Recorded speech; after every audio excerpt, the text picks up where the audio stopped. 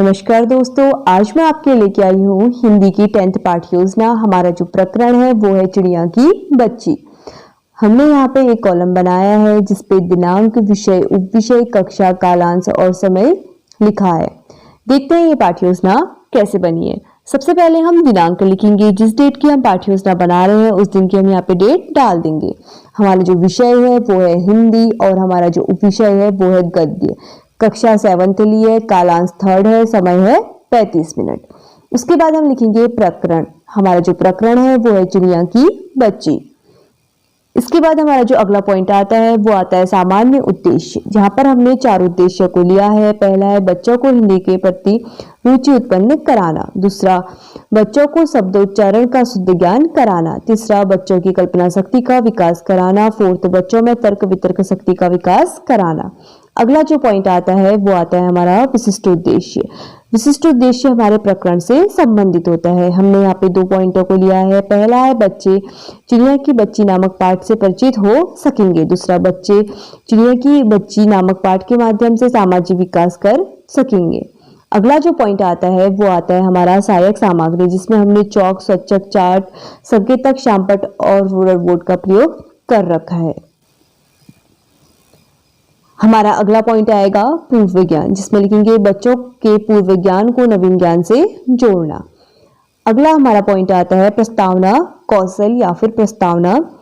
यहाँ पर हमने 2 कॉलम बनाए हैं। पहला है छात्र अध्यापिका क्रियाएं और दूसरा है छात्र छात्र क्रियाएं। यहाँ पर हमने 5 प्रश्नों को लिया है जो एक दूसरे से कोरिलेट करते हैं। पहला जो प्रश्न होगा वो होगा संसार में क्या क्या उड़ सकता है। आंसर होगा संसार में हवाई जहाज, चिड़िया, पक्षी आदि उड़ सकते हैं। दूसरा प्रश्न, चिड़िया क्यों उड़ती है। आंसर होगा चिड़िया अपने भोजन को प्राप्त करने के लिए हवाओं में घूमने के लिए उड़ती है। तीसरा प्रश्न होगा चिड़िया घूमने के लिए कहाँ तक जाती है। उत्तर होगा चिड़िया अपने घोंसलों के आसपास घूमती है। 4th क्वेश्चन होगा घोंसले में कौन रहता है। आंसर होगा चिड़िया और उसकी बच्ची रहती है। 5th क्वेश्चन हो जाएगा चिड़िया की बच्ची नामक पाठ के बारे में आप क्या जानते हैं। ये क्या प्रश्न हो जाएगा हमारा समस्यात्मक प्रश्न हो जाएगा। अगला पॉइंट आएगा हमारा उद्देश्य कथन, जिसपे लिखेंगे छात्रों आज हम चिड़िया की बच्ची नामक पाठ का विस्तार पूर्वक अध्ययन करेंगे। ये हमारा हो जाएगा उद्देश्य कथन। आगे देखते हैं।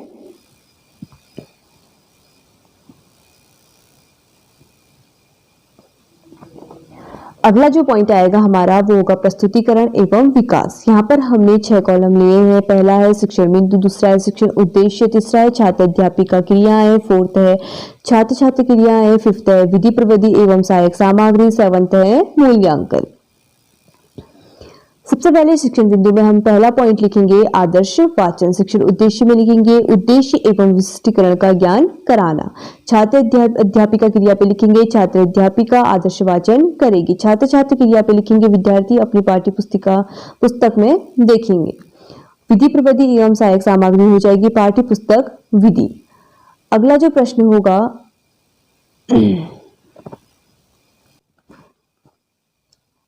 अगला जो पॉइंट होगा वो होगा सस्वर वाचन। शिक्षण उद्देश्य पे लिखेंगे विद्यार्थियों में उच्चारण क्षमता का विकास कराना। छात्र अध्यापिका क्रिया पे लिखेंगे विद्यार्थी छात्र अध्यापिका के साथ साथ बोलेंगे। छात्र छात्र क्रिया पे लिखेंगे विद्यार्थी भी वाचन करेंगे। विधि प्रविधि एवं सहायक सामग्री हो जाएगी सस्वर वाचन विधि। तीसरा शिक्षण बिंदु आएगा मौन वाचन। शिक्षण उद्देश्य पे लिखेंगे विद्यार्थियों में मनन क्षमता का विकास कराना। छात्र अध्यापिका क्रिया पे लिखेंगे छात्र अध्यापिका विद्यार्थियों को मौन वाचन करने को कहेगी। छात्र छात्र क्रिया पे लिखेंगे विद्यार्थी मौन वाचन करेंगे। विधि प्रविधि हो जाएगी मौन वाचन विधि।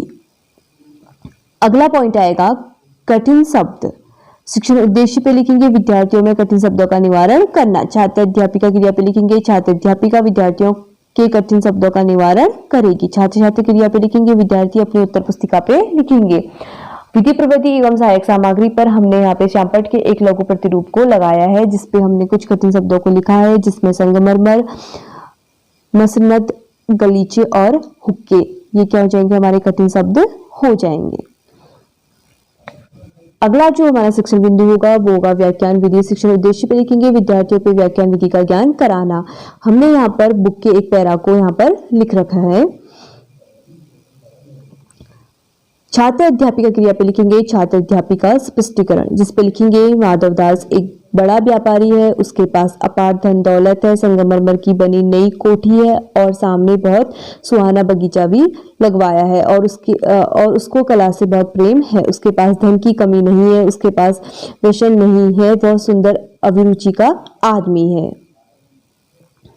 और फूल पौधे रकाबियों से हौजों से लगी फलतोवारों सब आकर्षित करने वाला है और उछलता हुआ पानी उससे बहुत अच्छा लगता है और इतना सब कुछ होने पर भी उसके जीवन में खालीपन है क्योंकि वह अकेला रहता है। उसके पास काफी समय है। एक दिन शाम के समय गुलाब के पौधों की टहनी और शाम के दिन शाम को जब दिन की गर्मी ढल जाती है और आसमान कई रंग का हो जाता है, तब कोठी के बाहर चबूतरे पर तख्त डालकर मसनत के सहारे वो बगीचे में बैठते हैं, प्रकृति की छटा निहारते हैं, मानो उनके मन शक्ति मिलती है और मित्र उनकी चर्बी करते हैं और मानो वह पास रखी हुई फरसी हुक्के की सफर की भांति वह सोचते सोचते ही शाम को संध्या को स्वप्न की तरह गुजार देते हैं। छात्र छात्र क्रिया पे लिखेंगे विद्यार्थी ध्यानपूर्वक सुनेंगे। विधि प्रविधि जो हो जाएगी वो हो जाएगी व्याख्यान विधि हो जाएगी। यहाँ पे मूल्यांकन प्रश्न हो जाएगा माधवदास ने अपनी कोठी किसकी बनवाई है। दूसरा प्रश्न होगा माधवदास को किससे प्रेम है, ये क्या हो जाएगा, दूसरा मूल्यांकन प्रश्न हो जाएगा। शिक्षण बिंदु पे लिखेंगे शब्दार्थ, शिक्षण उद्देश्य पे लिखेंगे विद्यार्थियों के शब्दकोश में वृद्धि करना। छात्र अध्यापिका क्रिया पे लिखेंगे छात्र अध्यापिका विद्यार्थियों को उत्तर पुस्तिका पे लिखने को कहेगी।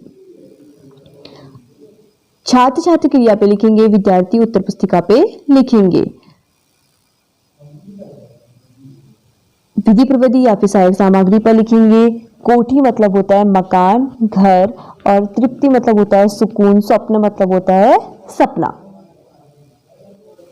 अगला शिक्षण बिंदु हो जाएगा पर्यायवाची शब्द, शिक्षण उद्देश्य पे लिखेंगे विद्यार्थियों के शब्दकोश में वृद्धि करना। छात्र अध्यापिका क्रिया पे लिखेंगे छात्र अध्यापिका विद्यार्थियों को उत्तर पुस्तिका पे लिखने को कहेगी। छात्र छात्र क्रिया पे लिखेंगे विद्यार्थी अपनी उत्तर पुस्तिका पे लिखेंगे। विधि प्रविधि एवं सहायक सामग्री पर लिखेंगे सुहाना मतलब होता है मनोरम और रमणी, आसमान का होता है आकाश और गगन।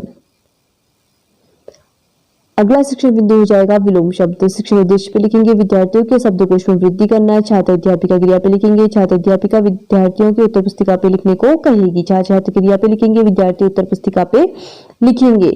विधि प्रविधि हो जाएगी एवं सहायक सामग्री हो जाएगी शब्द डैश विलोम, प्रेम का क्रोध, गर्मी का सर्दी, संध्या का प्रातः। निरीक्षण कार्य, अगला हमारा जो पॉइंट आएगा वो आएगा निरीक्षण कार्य। छात्र अध्यापिका क्रिया पे लिखेंगे छात्र अध्यापिका कक्षा में घूमकर निरीक्षण करेगी। छात्र छात्र क्रिया पे लिखेंगे विद्यार्थी उत्तर पुस्तिका पे लिखेंगे। विधि प्रविधि जो हो जाएगी वो हो जाएगी निरीक्षण कार्य विधि। अगला पॉइंट आएगा हमारा पुनरावृत्ति प्रश्न, शिक्षण उद्देश्य पे लिखेंगे विद्यार्थियों के अर्जित ज्ञान का मूल्यांकन करना। छात्र अध्यापिका क्रिया पे लिखेंगे, यहाँ पर हमने 3 प्रश्नों को लिया है। पहला है चिड़िया की बच्ची पाठ के लेखक कौन है। छात्र छात्र क्रिया पे लिखेंगे चिड़िया की बच्ची पाठ के लेखक है चैनेन्द्र कुमार। अगला प्रश्न होगा माधवदास ने अपनी कोठी किसकी बनवाई है, इसका आंसर होगा माधवदास ने अपनी कोठी संगमरमर की बनवाई थी। अगला प्रश्न माधवदास को किस चीज से प्रेम था, आंसर होगा माधवदास को कला से प्रेम था। विधि प्रविधि जो हो जाएगी वो हो जाएगी प्रश्नोत्तर विधि।